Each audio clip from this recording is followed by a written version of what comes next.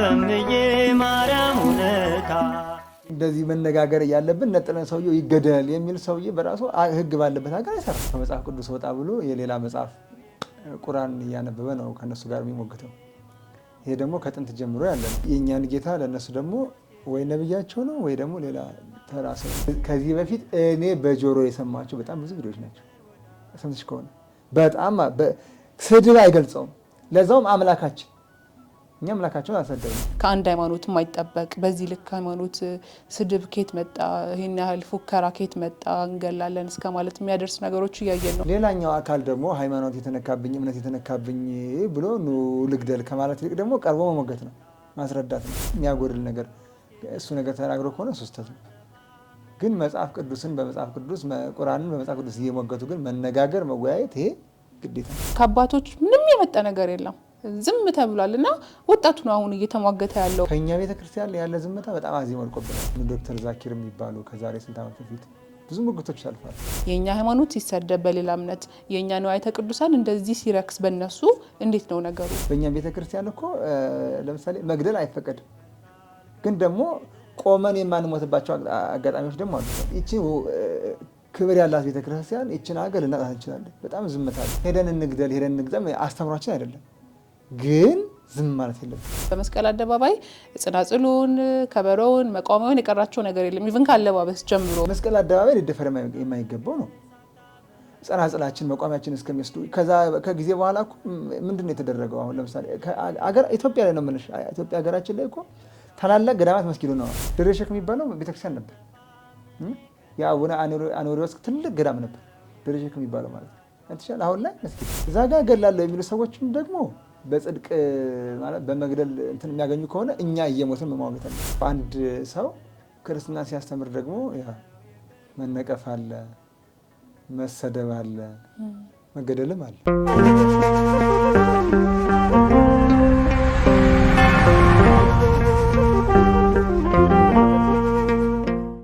በስመ አብ ወወልድ ወመንፈስ ቅዱስ አህዱ አምላክ አሜን። ወደ ታምረኛው በርሜል ቅዱስ ጊዮርጊስና ምርት ደለጎ ቅዱስ ኪዳነ ምሕረት ለመሄድ አስበዋል።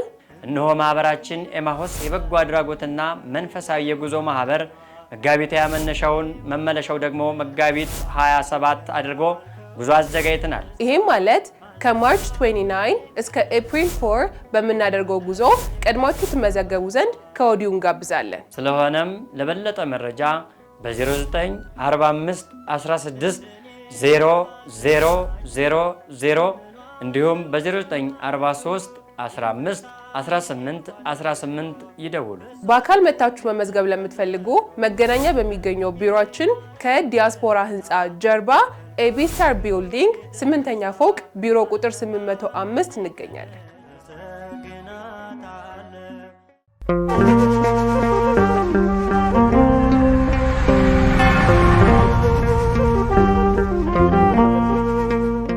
በስመ አብ ወወልድ ወመንፈስ ቅዱስ አህዱ አምላክ አሜን። ሰላም ጤና ይስጥልን። በመላው ዓለም የምትገኙ ውድ የስቡሀ ሚዲያ ቤተሰቦች እንደምን አላችሁ? እንደምን እስከርማችኋል?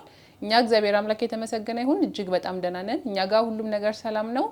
እንግዲህ ሰሞኑ ሁላችሁም እንደምታውቁት በተለያዩ ሶሻል ሚዲያዎች ላይ በአንዳንድ ወቅታዊ ጉዳዮች ላይ ይሄ ማለት ሃይማኖትን በተመለከተ የተለያዩ ሽኩቻዎችን እያየን ነውና በዚህ ጉዳይ ላይ እስኪ እንነጋገር ብለን አንድ አባትን እንግዳ አድርገን ይዘንላችሁ ቀርበናል። ይህ አባታችን ሁላችሁም የምታውቋቸው መምህር ናቸውና ከእሳቸው ጋር ጥሩ ቆይታ እንደሚኖረን ተስፋ አደርጋለሁ። ወደ መምህራችን ልውሰዳችሁ።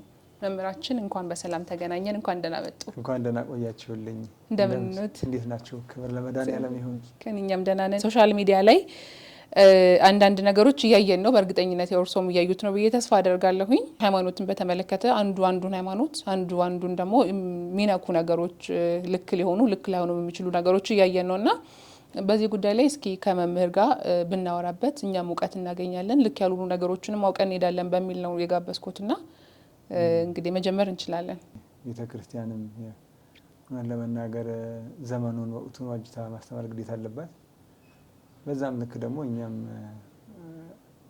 ቤተክርስቲያን ምን ትላለች፣ የመጣውን ማበል ሁሉ እንዴት ነው የምናልፈው የሚለውን ብናወራው ጥሩ ነገር ነው። ሰዎችም ሊማሩበት ይችላሉ። ያው አብረውን እንዲቆዩ ጋብዛቸዋለሁ ማለት ነው። እንግዲህ መምህራችን ሰሞኑ ወንድማችን እፎይ ሃይማኖትን በተመለከተ የተለያዩ ነገሮች እያወጣ ነው ያለውና እሱ የሚሄድበትን አካሄድ እንዴት ያዩታል? ልክ ነው ብለው ያስባሉ? በዚህ መልኩ መሄድ አለበት ወይም ነበረበት ወይ ብለው ያምናሉ? እውነት ለመናገር ያው የኔ ያክል በዚህ በቲክቶኩ በሚዲያው ዓለም ብዙ አክቲቭ ጎበዝ አይደለሁም። እውነት ለመናገር ድሮ ያው አንዳንድ ነገሮችን አይ ነበር። አሁን ደግሞ ከመረጃም ብዙ ሩቅ ነኝ። ግን እንደ ሀሳብ ሰምቼዋለሁ። እንሰማለን መቼስ ያለ አጀንዳ ትደር የተባለ ህዝብ እንግዲህ ያው ሁሌም አጀንዳ ይሰጡታል፣ ያሰልፉታል እና ሰምቼዋለሁ የልጁንም ሀሳብ። ጥሩ ንግግር ነው የሚናገረው። ማለት ከዚህኛው ከመጽሐፍ ቅዱስ ወጣ ብሎ የሌላ መጽሐፍ ቁርአን እያነበበ ነው ከነሱ ጋር የሚሞግተው። ይሄ ደግሞ ከጥንት ጀምሮ ያለ ነው። በመሰረቱ እንደምታውቂው እስልምናና ክርስትና የተለያዩ ሃይማኖቶች ናቸው። እኛ ኢየሱስ ክርስቶስ የእግዚአብሔር ልጅ ነው፣ የእግዚአብሔር ልጅ እግዚአብሔር ነው፣ የባህሪ አምላክ ነው ብለን ነው ምናምነው። ይህን አምላክነቱን ይህን ጌትነቱን ደግሞ የማያምን ደግሞ የተረገመ ይሁን ብሎ መጽሐፍ ቅዱስ በማያሻማ መልኩ ተናግሯል። እዛ ጋር ደግሞ ሌላ ሀሳብ አለ። የእኛን ጌታ ለእነሱ ደግሞ ወይ ነብያቸው ነው ወይ ደግሞ ሌላ ተራ ሰው ነው። ስለዚህ ይህን በምናስተምርበት ጊዜ እውነት ነው በዚህ በማቴዎስ ወንጌል ምዕራፍ 28 ቁጥር 29 ላይ እንደምንመለከተው ወደ አሕዛብ ስንገባ በአብ በወልድ በመንፈስ ቅዱስ ለማጥመቅ የምናደርጋቸው ነገሮች የሚቀጥል ነገር ነው። ያው አንድ ሰው ክርስትና ሲያስተምር ደግሞ መነቀፍ አለ፣ መሰደብ አለ፣ መገደልም አለ። መሞትም ደግሞ መሞት ስጋችሁን የሚገድሏቸውን አትፍሩ ተብሏል። እና ግን ደግሞ እንዴት ነው አሁን በዚህ ዘመን ላይ ዘመኑን ዋጁ ተብሏል። ዘመኑን ዋጅተን ህዝቡ አሁን ላይ ምንድን ነው የሚፈልገው? እውነታውንስ ምናልባት ጥሩ ነው መነጋገሩ፣ የአንድን ሀሳብ አንስቶ መንቀፍ ይቻላል። እዛም ጋር ነቀፌታ አለ። በጌታችን በአምላካችን መድኃኒታችን ኢየሱስ ክርስቶስ ክብር ምስጋና ይግባውና በሱ አምላክነት ዙሪያ ብዙ ጥያቄ ያነሳሉ። እነማን ዶክተር ዛኪር የሚባሉ ከዛሬ ስንት ዓመት በፊት ብዙ ሙግቶች አልፈዋል። ስንሞግት ግን ደግሞ ምናልባት ለህዝቡ የሚመጥን መሆን መቻል አለበት። ማለት አሁን ላይ ብዙ ችግሮች አሉ ቤተክርስቲያን እና ከዛ አንጻር ነው ልጁን ሰምቼዋለሁ። እንደው እኔ በእርግጥ ስሙ እፎይ የሚዲያ ስሙ መሰለኝ ልጁ ነው አይደል? ትክክለኛ ስሙ እፎይ ይመስለኛል። ትክክለኛ ስሙ እንትና ሰሎሞን የሚባል ልጅ ነው እና ጥሩ አንባቢ ልጅ ነው ልጁ። ሰምቼዋለሁ እና ያው ብዙ ሰሞኑን ደግሞ ቲክቶክ ላይ ዩቱብ ላይ እኔ እፎይ ነን እኛ እፎዮች ነን የሚል መፈክሮችን አያለሁኝ። እነዛ ደግሞ እንደው ከቤተ ክርስቲያን አንጻር ጋር የት እየሄድን ነው ያስብላል። መጀመሪያ እኛ ጋር ያለውን ነገር ማጥራት ስላለብን እንደው ምናልባት አንቺ ጋር ያለ ሀሳብ ምንድን ነው? ምን አለ ነው የሚባለው? ምን ሆነ ነው የሚባለው? እስኪ ቀጥለሽ ጥያቄዎችን አይሽልኝ። ሁሉም ሰው የራሱን ሀሳብ የማንጸባረቅ መብት አለው። በየትኛውም ሃይማኖት ውስጥ ያለ ሰው የመሞገት መብት አለው። ግን ያ ሙግት ስርዓቱን በጠበቀ መልኩ የሌላን ሰው ክብር ወይ የሌላን ሃይማኖት በጣም በሚያንቋሽሽ መልኩ መሆን የለበትም። ምናልባት እየሆነ ያለው ነገር የተወሰኑ የቃላት ጉድፈት ሊኖሩት ይችላሉ። ግን ያው ምናየው ይሆናል ከዚህ በኋላ የሚፈጠረውን ነገር። ሁሉም ነገር ሰላም ይሆናል ብለን ተስፋ እናደርጋለን። ግን እኔ እንደ መጥፎ ጎን ብዬ በጣም የታዘብኩት ነገር የለም። እሱን ተከትለው እየመጡ ያሉ በጣም ኔጌቲቭ የሆኑ ወርዶች አሉ። ከአንድ ሃይማኖት የማይጠበቅ በዚህ ልክ ሃይማኖት ስድብ ኬት መጣ፣ ይህን ያህል ፉከራ ኬት መጣ፣ እንገላለን እስከ ማለት የሚያደርስ ነገሮች እያየን ነው እና እነዛ ነገሮች ምናልባት ሌላ መፍትሄ ሊኖራቸው ይችላል እና እርስዎ ያሉት ነገር እኔ የምካፈለው ነገር ነው እና ይሄ ነገር አሁን እየተደረገ ያለው ነገር ጥሩ ጎን አለው ካሉኝ ጥሩ ጎኑን፣ መጥፎ ጎን እስካለው ምንድን ነው መጥፎ ጎኑ የሚሆነው ብለው ያስባሉ? የትኛውም ነገር ተፈጥሮ እንኳን እንደምናየው ቀን እንዳለ ፀሐይ እንዳለ ሁሉ ጨለማም አለ እና በየትኛውም በእርግጥ ክርስትና መስበክ ዋጋ ያስከፍላል አያስከፍላል? ሁሌም የሚታወቅ ነገር ነው። ሰማዕትነትም እስከ ሰማዕትነት መቀበል ነው የሚደርሰው ክርስትና እና ጥሩ ጎኑ ብዬ የማምነው ማስተማር፣ ወንጌልን መግለጥ ለዓለም ስህተት ካለ ሰው ስህተት አውጥቶ ነው ሞግቱኝ ማለት ተገቢ ነገር ነው። ሌላኛው አካል ደግሞ ሃይማኖት የተነካብኝ እምነት የተነካብኝ ብሎ ልግደል ከማለት ይልቅ ደግሞ ቀርቦ መሞገት ነው፣ ማስረዳት ነው።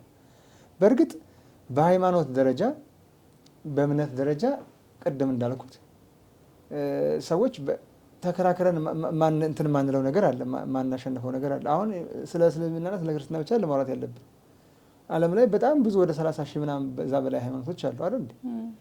እነዚህ ሃይማኖቶች የራሳቸው እንትን አላቸው፣ አይዲዮሎጂ አላቸው። ያን መሞገት አንዳንዱ ሃይማኖት ከሞት በኋላ ህይወት የለም ብሎ የሚያምን ሃይማኖት አለ።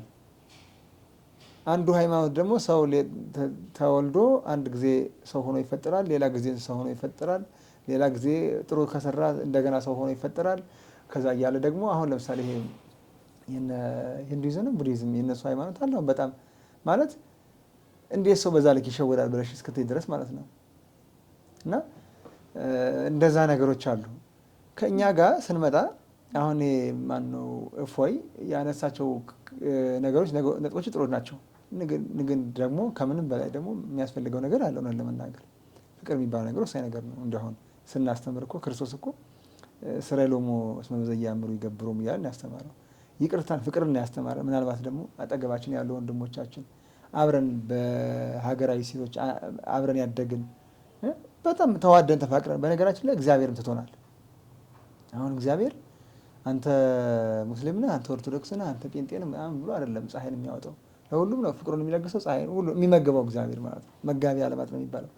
እኛም ምናልባት ነገሮችን ስናነሳ ከዛ አንጻር ቢሆን ጥሩ ነው። ሃይማኖት ነገር ነው ጥሩ ጥቅም አለው። እውነት ለመናገር ዓላማው እንደዛ ነው። ወንጌል ያልበራላቸውን ያላወቁትን ሰዎች ማሳወቅ ግድ ይላል። አይ በአንተ በተረዳው ልክ አይደለም ብሎ ደግሞ እነሱ ማስረዳት ይችላሉ። ግን አሉታዊ ነገሮች አሁን አገሪቱ በጣም በጣም በጣም ችግር ላይ ናት። ቤተክርስቲያናችን ጭምር ማለት ነው። ህዝቡ በጣም የሚያስጨንቀው ነገር አለ። ኑሮ ተወዶበታል። በጣም አብዛኛው ብዙ የኑሮ ቀውስ ላይ ነው ያለው የሀገራችን ሰው ማለት ነው። ለዚህ ሌላ በየጊዜው አጀንዳ መሆን የለበትም። በነገራችን ላይ አሁን ህዝቡ እኛ እንበል እንጂ እኔ ከፎይ ጎን ነኝ፣ እኔ እንትና ይገደላሉ ምናምን እንላለን። አብዛኛው 90% የሚሆነው የኢትዮጵያ ህዝብ ይሄን አያውቅም፣ አይሰማም። እኛ ለዚህ የምንፎካከረው በሚዲያው የፉክክሩ ምንም ዘላቂ አይደለም። ቢሆንም ግን ወንድሞቻችን ብዙ አሁን ለምሳሌ እግዚአብሔርም እኮ ክርስቶስም እኮ በመዋዕለ ሥጋዌው ማለት ነው ማንንም አለየም፣ ኃጢአተኛ ጻድቅ አላለም። እሱን ከማስተማር አንፃር ወንጌልን ስናስተምር ምናልባት ቃላቶቻችን እንትን ማለት አለብን፣ ፍቅር የተሞላበት የአነጋገራችን ዘይቤ ፍጹም ትሁት መሆን መቻል አለበት ብዬ አምናለሁ። እና ምናልባት ካነጋገሩ እኔ በደንብ ዲቴሉን አልሰማሁትም ሲናገር ማለት ነው። ግን የስድብ ቃል ካለው ተናግሮ ከሆነ ስድቦቹን ምናልባት የሰውን ክብር የሚያጎድል የሰውን ክብር ለምሳሌ የሚያጎድል ነገር እሱ ነገር ተናግሮ ከሆነ እሱ ስህተት ነው። ግን መጽሐፍ ቅዱስን በመጽሐፍ ቅዱስ ቁርአንን በመጽሐፍ ቅዱስ እየሞገቱ ግን መነጋገር መወያየት ይሄ ግዴታ ነው። እኔም በግሌ ያስተዋልኩት ነገር ምንድነው ቁርአንን ከመጽሐፍ ቅዱስ ጋር እያመሳሰሉ ቁርአን የተናገረውን ሀሳብ በመጽሐፍ ቅዱስ ላይ ደግሞ ፈልጎ ያን ሀሳቦች ነው የሀሳብ ሙግት ነው አሁን እንግዲህ እያየን ያለ ነውና ሌላ እኔ የማምነው ነገር ምንድነው ክርስትና ከቃላት በላይ በተግባር ይሰበካል ብዬ እኔ በራሴ አምናለሁ። አባቶች መምህራን በዚህ ጉዳይ ምን ልትሉ እንደምትችሉ አላውቅም። እኔ ግን ተግባር በሚለው ነው ማምነው። ለምሳሌ ኦርቶዶክስ ሆነን ትህትና ካለን ኦርቶዶክሳዊ ትህትና ኦርቶዶክስ መገኘት የሌለበት ቦታ ላይ ካልተገኘ ራሱ ተግባር ሌሎቹንም ይስባል ብዬ አምናለሁ ከቃል በላይና እንዳልኩት ቅድምም ሽኩቻዎች ከድሮም የነበሩ ናቸው፣ አሁንም አሉ፣ ወደፊትም ይቀጥላሉ። ይሄ ግልጽ ነው። ግን ለሽኩቻዎቹም ልክ ሊኖራቸው ይገባል ብዬ አምናለሁ። ደግሞ በቃል እንደዚህ ገዝፈን ከመታየት በላይ በተግባር ገዝፈን ብንታይ ጥሩ ነበር ብዬ በግሌ አምናለሁ። ሌላ መጠየቅ የምፈልገው ነገር ደግሞ ምንድነው አሁን እንደዚህ አይነት ነገሮች መወራት ሲጀምሩ የበፊቱ የሆኑ መረጃዎች አብሮ መውጣት ጀመሩ። እነዛ መረጃዎች ደግሞ ምንድናቸው? በእነሱ በኡስታዝ በሚባል ደረጃ የተጻፉ መጽሐፎች ነበሩ። ደግሞ እንደዚህ በግለሰብም የተወሩ ቪዲዮዎች ወጥተዋልና እነዚህ ቪዲዮዎች ምንድነው የኛን እምነትኛ በእኛ እምነት ውስጥ መላእክት ብለን ያከበርናቸው ክርስቶስ አክብሯቸው እኛም ያከበርናቸው ቅዱሳንን የነሱን ክብር ለመንካት በሚመስል መልኩ ማለት የነሱ ክብር በማንም አይነካም። በርግጥ ግን ያው በአንደበት በእንደዛ በሚመስል መልኩ እያየን ነው።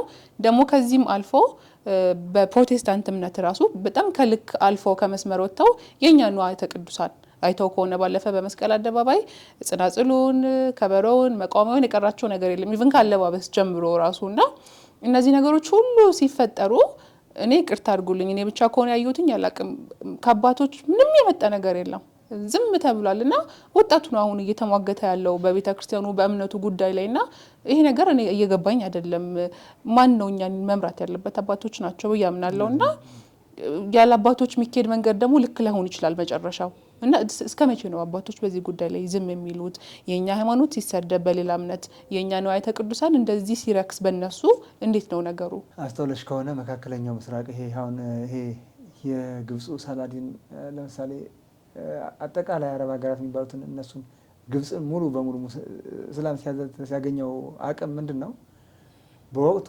ቤተክርስቲያን ለሁለት ተከፍላ በነበረበት ሰዓት ነው ይሄ በሶስተኛው የጉባኤ ኬልቄዶን ወይም ደግሞ ጉባኤ ከለባት በሚባለው ጊዜ አባቶች ለሁለት በተከፈሉ ጊዜ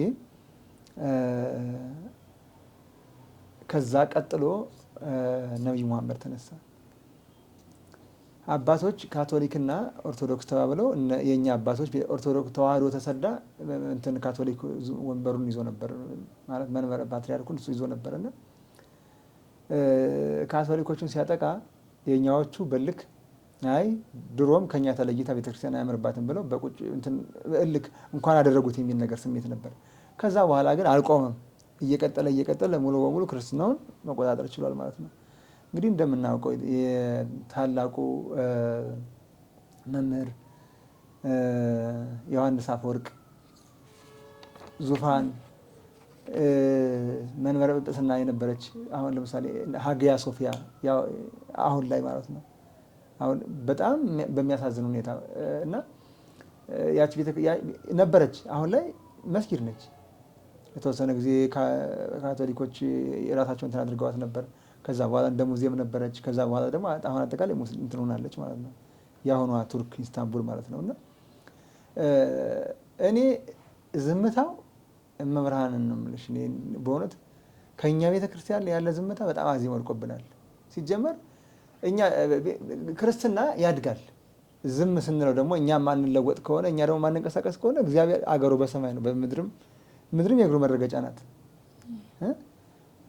ይቺ ክብር ያላት ቤተክርስቲያን ይቺን ሀገር ልናጣት እንችላለን በጣም ዝምታ አለ እኔ አሁን ሄደን እንግደም አስተምሯችን አይደለም ግን ዝም ማለት የለብን እዛ ጋር ገላለሁ የሚሉ ሰዎችም ደግሞ በጽድቅ ማለት በመግደል እንትን የሚያገኙ ከሆነ እኛ እየሞትን መሟገት አለብን ተሰውተን ማለት ነው አሁን ስለዚህ ልጅ ጉዳይ አይደለም መስቀል አደባባይ ሊደፈር የማይገባው ነው ጸናጽላችን መቋሚያችን እስከሚወስዱ ከጊዜ በኋላ እኮ ምንድነው የተደረገው አሁን ለምሳሌ ኢትዮጵያ ላይ ነው ምንሽ ኢትዮጵያ ሀገራችን ላይ እኮ ታላላቅ ገዳማት መስጊድ ሆነዋል እዚህ ደብረ ሸክ የሚባለው ቤተክርስቲያን ነበር የአቡነ አኖሪዎስ ትልቅ ገዳም ነበር ደብረ ሸክ የሚባለው ማለት ነው አንተሻል አሁን ላይ መስጊድ አይናችን እያየ ማለት ነው አርሲ ውስጥ ትልቅ ገዳም ነበር ደብረ ሀዘሎ የሚባል አንድ ገዳም ነበር ኢትዮጵያ ውስጥ ደብረ ሀዘሎ የሚባል ገዳም በክፉ ቀን ያጣነው ገዳማት አሉ ብዙ በየጊዜ አሁንም በተለያዩ በጦርነቱ ምክንያት ብዙ አብያተ ክርስቲያናት ተቃጥለው ወድመው በጣም ከመደንዛችን የተነሳ በጣም ችግሩ ከመደጋገሙ የተነሳ ረስተናቸው ግን ተቃጥለው ሲል ያሰራሉ የፈረሱ ማለት ነው ምናልባት የሌላ ሰው አጀንዳ ቢሆንስ ስለዚህ ከኛ በኩል ያሉ አባቶች ዝም ይበሉ ምንም አይመለከተንም እነሱ እግዚአብሔር መንፈስ ቅዱስ ያንሳቸው ወደ ላይ ፈስም አይደለ ግን ደግሞ ከኛም እየጠበቀ ነገር አለ ቤተክርስቲያናችን መጠበቅ አለብን አንድ ኦርቶዶክስ ተዋህዶ ልጅ ነጥለን እንገላለን ሲሉ መላውን ኦርቶዶክስ መግደል ነው በምን ህግ ባለበት ሀገር እንዴት ነው ገላለሁ የሚባለው ምናልባት ወንጀል ሰርተው ከሆነ ሊከርስ ይችላል አዎ በወንጀሉ መጠየቅ አለበት እኛ ወንጀለኛ አናበረታታም ለኛ ወንጀል እኛ ቤተክርስቲያን ውስጥ ሆኖ ግን እዛ ጋር ያለን ሰው ተሳድቦ ከሆነ ሰው በሰው ደረጃ ማለት ነው ሃይማኖት እያንዳንዱ ሃይማኖት ከአንዱ ሃይማኖት ይለያያል ተቃራኒ ነው በእኛና በእነሱ መካከል የሰማይና የምድር ያክል ልዩነት አለ ምክንያቱም በአንድ ነገር ብቻ እንገናኛለን ከሞት በኋላ ህይወት አለን እነሱ ትንሣኤ እንዳለን እኛ ምናምናለን እነሱም ያምናሉ የምጽአት ቀን እነሱም ያምናሉ በብዙ መልኩ ስለ ኢየሱስ ክርስቶስ እዛ ላይ ተጽፏል አዎ ከነሱ መጽሐፍ ላይ ተጽፏል ኢየሱስ ክርስቶስ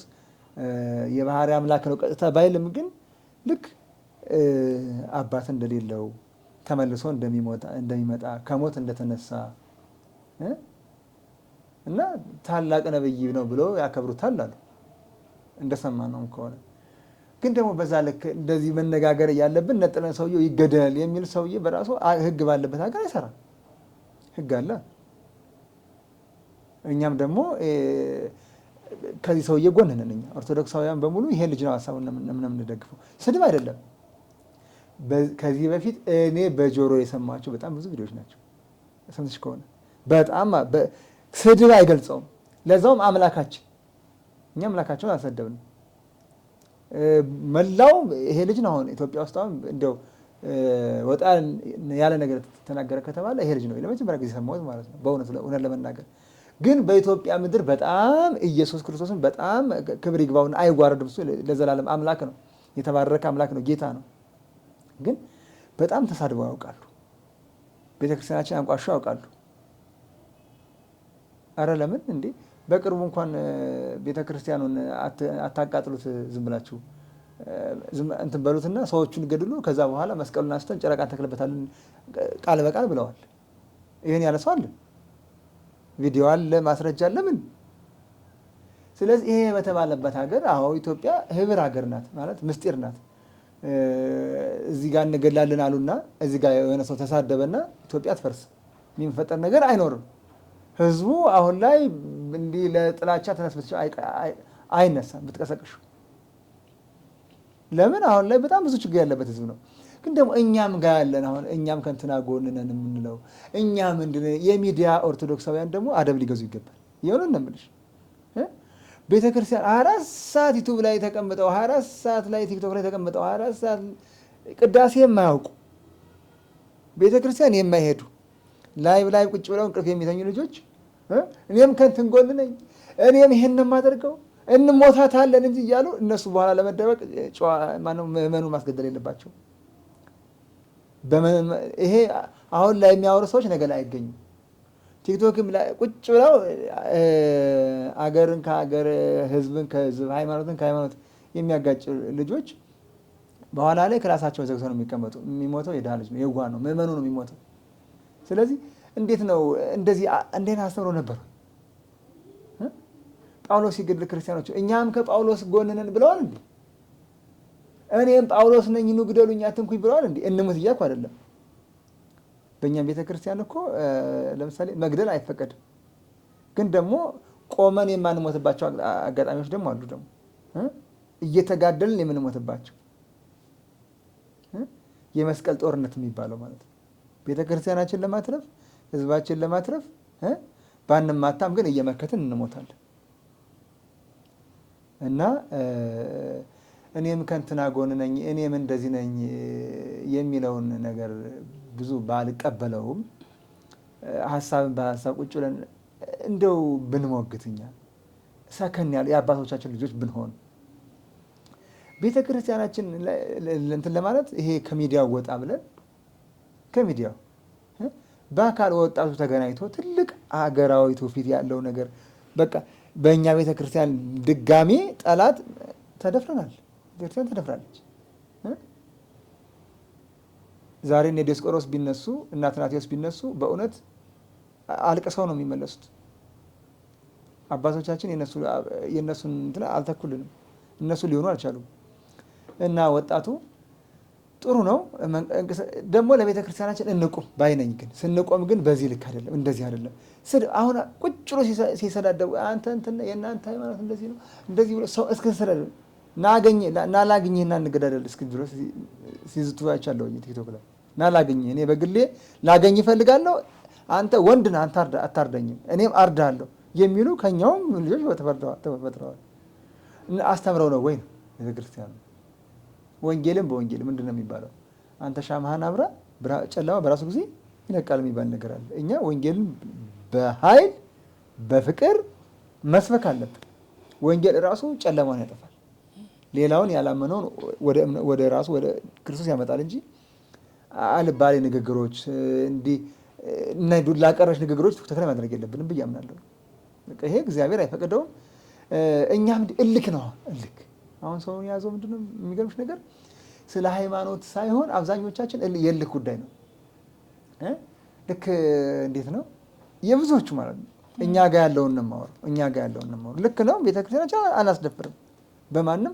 እኛ ልክ እንደ መካከለኛው ምስራቅ ኢትዮጵያን ሌላ ሃይማኖት ሀገር እናደርጋታለን ማለት አቶ ኢትዮጵያ የክርስቲያን ሀገር ናት። እውነት ነው። ስለዚህ በእንግድነት ተቀብላ ማንም የትኛውንም ሃይማኖት ቀድማ ይቺ ሀገር የተቀበለች መጀመሪያ ሙስሊም የተቀበለች ኦርቶዶክስ ናት የተቀበለችው። ቦታ የሰጠች እንግድነት የተቀበለች ሀገር ናት ይቺ ሀገር። ስለዚህ ወርቅ ላበደረ ጠጠር እንዳይሆን እነሱም ደግሞ እንደዚህ እንግደላችሁ ካላጠፋናችሁ ዛሬም ድረስ እንገላለን እኛንም እንገላችሁ እናንተ ዝም ብላችሁ ሙቱ የሚሉ ሰዎች ደግሞ እነዛም ደግሞ አደብ ሊገዙ ይገባል። በፍጹም ደግሞ እንደ ባላምሮ ማሰብ ነው አይደል? እንደ ባላምሮ ማሰብ ነው። ገድሎስ ምን አይነት ጽድቅ ይገኛል? እስኪ አስቡት። ወንድምን ገድሎ አንድ ሰው አጠፋ ተብሎ ንጹህ መንገድ ላይ ለመግደል እንዴት ይታሰባል? እንዴትስ አንድ ሰው ሃይማኖት ከተባለ ማለት ነው እንደኔ ማለት ነው የምልሽ ተሽሎ መገኘት አይደል እንደሚባለው። ለምሳሌ ምን በሀሳብ ለምን አይሞግቱት ልጁ? እና እነዚህ ነገሮች ኃይል ሊባሉ ይገባል። ወንድማችን ማን ያልሽው? እፎይም ቢሆን እግዚአብሔር ካንተ ጋር ነው፣ በርታ፣ ይዞህ። ግን ደግሞ ምናልባት ቃላቶችን የምትጠቀማቸው ቃላት ምናልባት እንደ ሰዋዊ ስድብ እንዳይሆኑ እንትን ያስፈልጋል። ግብረ ገብነት መጠየቅ ትችላለህ። ከዛም ከዚህም እያጣቀስክ በእግዚአብሔር በሰጠህ አንደበት መናገር ትችላለህ። ግን ደግሞ ምናልባት የሰው ክብር ዝቅ እንዳይልብህ ሰው እንዳትሰድብ ብዬ መምከር እፈልጋለሁ ወንድሜ ነው። አሁን የተናገሩት ላይ አሁን እንግዲህ ለክርስቲያን በተለይ ለኦርቶዶክስ ጦሯም ገጀሯም ሰይፏም ጸሎት ነው እና መስቀል ነው። አሁን እንዳሉት ልክ ነው። ከዚህ ጉዳይ በኋላ ብዙ ወጣቶች እንደዚህ ሶሻል ሚዲያ ላይ ላይቭ ላይ ልክ እንዳሉት ስለ ቤተ ክርስቲያን እውቀቱ ሳይኖራቸው ቅዳሴው ላይ ኪዳኑ ላይ ሳይሳተፉ ብቻ አለሁ ለማለት አይነት ነገር ጊዜው ሲደርስ ግን ሊደበቁ የሚችሉ ሰዎች ይኖራሉ እና እንደዚህ አይነት ከባድ ነገሮች ሲመጡ ይሄን በጣም ከባድ ነገር ነው። በጊዜ እግዚአብሔር መልስ ካልሰጠ መፍትሄ ካልተገኘ አባቶች በዚህ ጉዳይ ላይ እየከረረ ሊሄድ የሚችል ነገር ሊሆን ይችላል። ለእንደዚህ አይነት ነገር ደግሞ የሚያስፈልገው ምንድነው? ማን ነው አሁን ይሄ ነገር አምላኬ እንደዚህ አይነት ነገር መጥቷል በሀገሬ ላይ ብሎ ሱባኤ የያዘው ማን ነው? ወደ ገዳም ለጸሎት ሄዶ በዚህ ጉዳይ ላይ ማን ነው? ወጣቶች እኛ ያለን ለሃይማኖት ካለን እናውቃለን። እኛ መሳሪያ ምን እንደሆነ ጸሎት ነው። ወደ ሱባኤ መሄድ እግዚአብሔር እንዲያሳልፈው ወይ ቀኑን እንዲያሳጥረው መጠየቅ ነው ያለብንና ከሌሎቹ ጋር እኩል እንደዚህ ተፋጠን እገላለሁ መባባሉም እንደ አንድ ኦርቶዶክስ ልክ አይደለም ብዬ እኔ ማምናለሁኝ። ይሄም ነገር እኔ ማስበው ነገር ነው። ይሄ እንዳሉት ደግሞ የተለያየ ሃይማኖት አለ እዚህ ዓለም ላይ።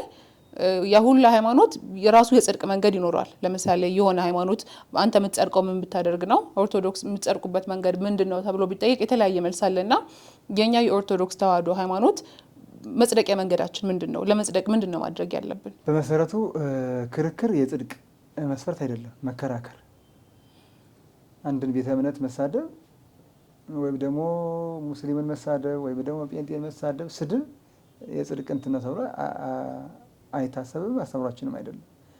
ኦርቶዶክሳውያን ይልቁንስ ለመጽደቅ ከምንም በላይ በዚህ ሰዓት አሁን ላይ ልክ እንደ አባቶቻችን አይነት ጦርነት አይደለም የመጣው።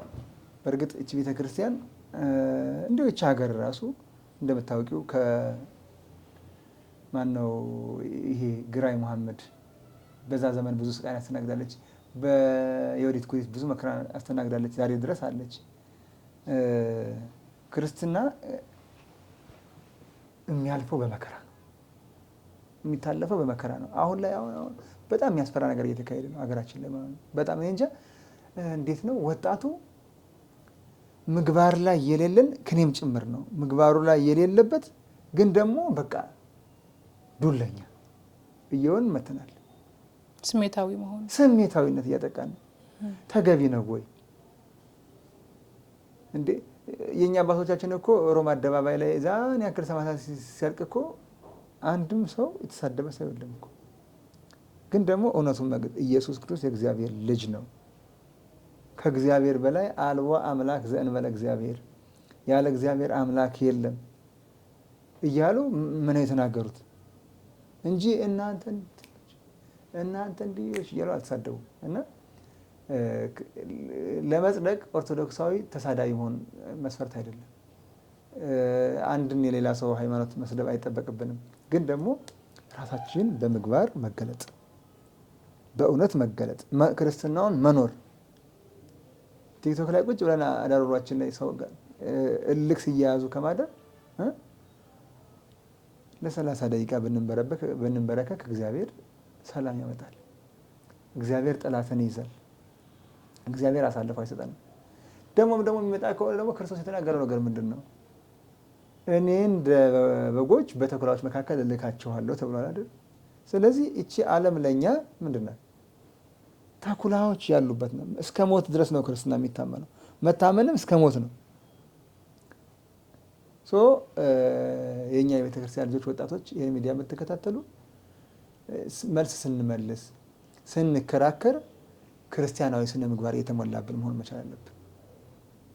ና ወንድሜ ቁጭ በል አስረዳ፣ ና እንረዳዳ፣ እንነጋገር፣ አንተ ጋር ያለው እውነት ምንድን ነው ነው የሚባለው እንጂ እኛ ጽድቃችን ከነሱ ካልበለጠ ሲሰድቡን የምንሳደብ ከሆነ እንዴ ክርስትና እኮ የሚረግሟችሁ መርቁ የሚል ሃይማኖት ነው። ይሄን ሲመታ ይሄን ስጥ የሚባል ሃይማኖት ነው።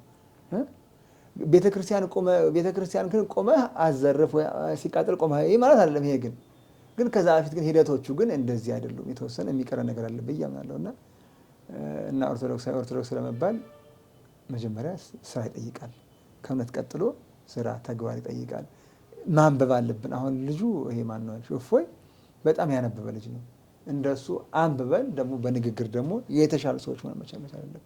ስለዚህ አሁን እንደዚህ አይነት ጊዜዎችን እንዴት አድርገን እናሳልፍ? በተለይ ወጣቶች እንዲህ አይነት ጊዜዎች ሲመጡ ከምንም በላይ ማስተዋል ይጠይቃል። ከምንም በላይ ምክንያቱም አንተ ሞተህ እናትህ እንደምታለቅስ ማሰብ አለብህ። ለቤተ ክርስቲያን በህይወት ብትቆይ ነገ ላይ ታተርፋለህ። በጣም የፈተና ዘመን ነው። ብዙ አጉል መስዋዕትነት እየተከፈለ ነው። የሆነ ጊዜ እኔ ሻሸመኔ ላይ ትዝ ይለኛል። እኔ አገረ ማርያም ነበርኩኝ። ብዙ ወጣቶች ክቡር ሕይወታቸውን ሰውተዋል። በረከታቸው ይደርብን። እነሱ ሰማዕታት ናቸው። ግን ደግሞ ወላጅ ደግሞ አለ፣ ልጅ አለ። ለቤተ ክርስቲያን ደግሞ ብዙ በዝማሬ የሚያገለግሉ ልጆች ቀድመው የሞቱ ልጆች አሉ። እና ከዛ አንጻር ወጣቶች እንዲህ አይነት ነገር ሲመጣ አስቀድሞ እንዳንድ ጎበዝ እንዳንድ ክርስቲያን ወጣት ማስተዋል ይጠይቃል። ነገሩን ከማራገብ ይልቅ ወደ ማብረድ። ግን ደግሞ ሃይማኖት ነው። በሃይማኖታችን አንደረደርም። እውነትን ስናስተምርና ስንገልጥ አግባብ ባለው መልኩ በሰከነ በበሰለ አእምሮ መጓዝ አለብን ማለት ነው። በተለይ መሰዳደብ ሚዲያ ላይ በጣም እኔ ብዙ ሚዲያዎችን አይቻለሁ። ባለፈው ስለ ባይታውያኖቹ እየተወራ ተዘርሻል። ይሄ ሐሰተኛ አጥማቂያን የሚባሉት በሱ ዙሪያ ቁጭ ብለው የሚወያዩ ልጆች የኛ ልጆች ማለት ነው። እንደ ስማቸውን ራሱ ልጠራ እችላለሁ። ስድብ በቃ ይሄ እንደዚህ ያለ እንደዚህ ያደረገ እኮ ነው እንደዚህ አይነት በጣም ይሄ የለበጣ ሳቅ እየሳቁ ማለት ነው። ለሰው ክብር በመመጥመጡ እንደውም አንዳንዶቹ በቃ እንዲህ ባገኘው እኔ እደፋዋለሁ እመታዋለሁ የሚሉ ልጆች ነበሩ። ከየት የመጣ ነው ለዚህ አይነት አስተምሮ? እንዴ ከስድብ አልፈን ባገኘው እገለዋለሁ ባገኘው እመታዋለሁ የሚሉ ልጆች ገጥሞኛ አይቻለሁ። ማን ነው የሚባለው? ይሄ የወቅሸቱ ሰውዬ ማን ነው? ዮሐንስ የሚባለው ወደ አዲስ አበባ ሲመጣ እኔ ራሴ ባገኘው መንገድ ላይ እኔ ላስመታው ላስገድለው እችላለሁ ያለ ኦርቶዶክስ ሰምቻለሁ። ከየት መጣ? ኧረ በወላዲተ አምላክ። እና መሆን የለበትም። ብዙ የምናወራቸው ብዙ የምንነጋገራቸው ነገሮች አሉ። በመጨረሻ ማስተላለፍ የሚፈልጉት መልእክት ካለ እድሉን ልስጦትና ፕሮግራማችን እንጨርሳለን። አመሰግናለሁ። እኔም ውድ የዚህ የስቡሀ ሚዲያ ተከታታዮች፣ ወጣቶች፣ እህቶች፣ ወንድሞች ይሄ ያለንበት ዘመን የመጨረሻው ዘመን ነው። ሐሰተኞች የበዙበት ዘመን፣ ጠንቋዮች የበዙበት ዘመን፣ መናፍቃን የበዙበት ዘመን፣ ሌላውም ክፉ ገዳዮቻችን የሚበዙበት ዘመን። ወደ መጨረሻው ክርስትና እኛ እንደምናስበው አይደለም። እየሰማችሁ ከሆነ ማለት ነው። አሁን ላይ በጣም የፈተና ዘመን ነው። ከዚህ በላይ ልንፈተን ያስፈልጋል። ፈተናውን ደግሞ በጸጋ ማለፍ አለብን። በጸጋ በፈተና እና ቤተ ክርስቲያናችን እንጠብቅ። በምን እንጠብቅ? በጸሎት እንጠብቅ። መጀመሪያ ክርስቲያን ሆነን እንገኝ፣ እናስቀድስ፣ እንጹም፣ እንጸልይ። ዝም ብለን የአንደበት ክርስቲያን ሆነን ምንድን ነው የአደባባይ ጨዋዎች ሆነን በጓዳችን ደግሞ በጣም ነውረኞች ነን አብዛኞቻችን ማለት ነው። ስለዚህ መጀመሪያ ኖራችንን እናስወግድ፣ ኃጢአታችንን ከላያችን ላይ እናውልቀው፣ እንናዘዝ፣ ንስሐ እንግባ። ከቤተ ክርስቲያናችን ደግሞ ንቁ ትጉህ ሆነን እንጠብቅ። ሰልፍ አጥር እንሆንላት። አሁን ላይ ለቤተክርስቲያን አጥርም ነው የሚባለው እና ይቺ ቤተክርስቲያን እውነትም እግዚአብሔር የጠበቃት ቤተክርስቲያን ናት። ደግሞ እንደዚህ ስል ደግሞ የሚገርምሽ ነገር አዎ አባቶችም ሊነቁ ይገባል። አባቶቻችን በዚህ ጉዳይ ላይ በጣም በጣም በጣም ነቂ መሆን መቻል አለባቸው። አሁን የምናያቸው የአሕዛብ ሀገር የሚባል አሁን በጣም ይሄ ሙስሊም ሀገር የሚባሉት ሀገሮች የክርስቲያን ሀገር ነበሩ። ተወራው ነው በነበረው የፖለቲካ ሽኩቻ ያኛው ዝም ሲል አይ እኔ ምን አገባኝ እኔ ያልሞትም ተባብለው ነው ጥግ ጥግ ሲይዙ ነው ምእመኑን አብዛኛውን ገድሎ ቤተክርስቲያንን አቃጥሎ እንትን የሆኑት ማለት ነው። አይናችን እያየ ገዳማት መስጊድ ሆነዋል ከዚህ በፊት ማለት ነው በዓለም ታሪክ እና እንደዛ አጋንንት ሊሰራ ስለሚችል ጸሎት ያስፈልጋል፣ መተባበር ያስፈልጋል። የሆነ ትልቅ የሆነ ኦርቶዶክሳዊ ተቋም ያስፈልገናል ብዬ አምናለሁኝ። እንስከን እንምሰል፣ አስቀድመን ግን እንጸልይ። መጀመሪያ ጸሎት ያስፈልጋል፣ እናስቀድስ። ቤተክርስቲያኑን ሞልተን እንገኝ። እኛ ጠላት ሲመጣ ሊያርደን ሲመጣ እኮ ሞልተን ከተገኘን እኮ ቢያንስ ምናልባት አንድ ሁለቱ እንትን መስዋዕት ሆነን እኮ ቤተክርስቲያናችን እናተርፋታለን፣ መጠለያው ራሱ እናተርፈዋለን። እና ቤተክርስቲያን እንገኝ፣ ቲክቶክ ላይ ብቻ አንገኝ፣ ክርክር ላይ ብቻ አንገኝ፣ ጸብ ላይ ብቻ አንገኝ። በተለይ ደግሞ ቤተክርስቲያን የማትፈቅደው ይሄ መሰዳደብ፣ መዘላለፍ በፍጹም የተከለከለ ነው። ማስተማር በፍቅር ነው፣ በጥቅስ ነው እና ከዛ እንውጣ እላለሁኝ። ጥሩ ቆይታ ነበር የነበረን። ብዙ ለወጣቶቹ የሚጠቅም ነገር አስተላልፈዋልና እግዚአብሔር ይስጥልን፣ እናመሰግናለን።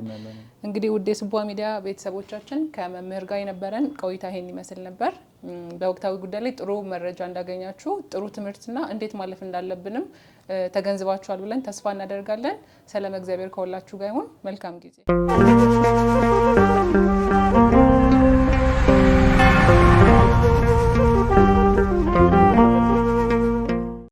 በስመ አብ ወወልድ ወመንፈስ ቅዱስ አህዱ አምላክ አሜን። ወደ ታምረኛው በርሜል ቅዱስ ጊዮርጊስና ምርት ደለጎ ቅዱስ ኪዳነ ምሕረት ለመሄድ አስበዋል? እነሆ ማህበራችን ኤማሁስ የበጎ አድራጎትና መንፈሳዊ የጉዞ ማህበር መጋቢት መነሻውን መመለሻው ደግሞ መጋቢት 27 አድርጎ ጉዞ አዘጋጅተናል። ይሄም ማለት ከማርች 29 እስከ ኤፕሪል 4 በምናደርገው ጉዞ ቀድማችሁ ትመዘገቡ ዘንድ ከወዲሁ እንጋብዛለን። ስለሆነም ለበለጠ መረጃ በ0945 16